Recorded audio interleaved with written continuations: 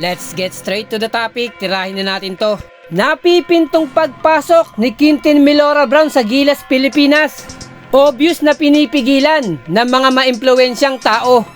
Politika sa basketball, ito ang isang nakikita kong dahilan kung bakit usag pagong ang mga papeles ni Quintin Melora Brown. Hindi na po bago yung gantong senaryo sa ating Gilas, Pilipinas. Nangyari na rin po ito sa ating naturalized import na si Jordan Clarkson, na bigugang iapila ng Gilas Pilipinas o SBP yung pagiging local player ni JC, na posibleng ganito rin ang nangyayari sa mga papeles ni QMB. Nalaman ko po nung ako'y nag-research na yung pagpapasa pala ng eligibility ng isang players ay online lamang po. Natatagal po ito ng 2 araw kung talagang legit yung mga papeles mo, na kung sa mismong bansa ka rin isinilang at yung mga parents mo at mga lolo't lola mo ay sa bansa rin naninirahan.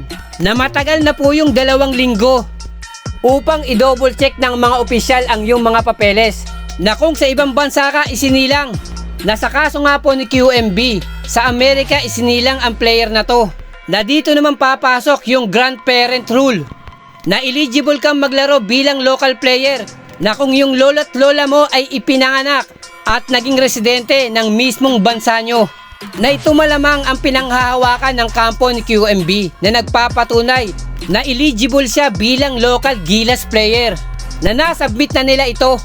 Pero kung out of the book, kita naman natin na parang may pumipigil talaga.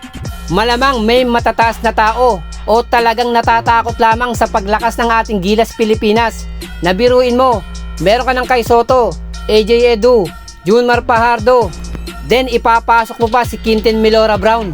For sure, wala na silang ipantatapat sa ating Gilas Pilipinas.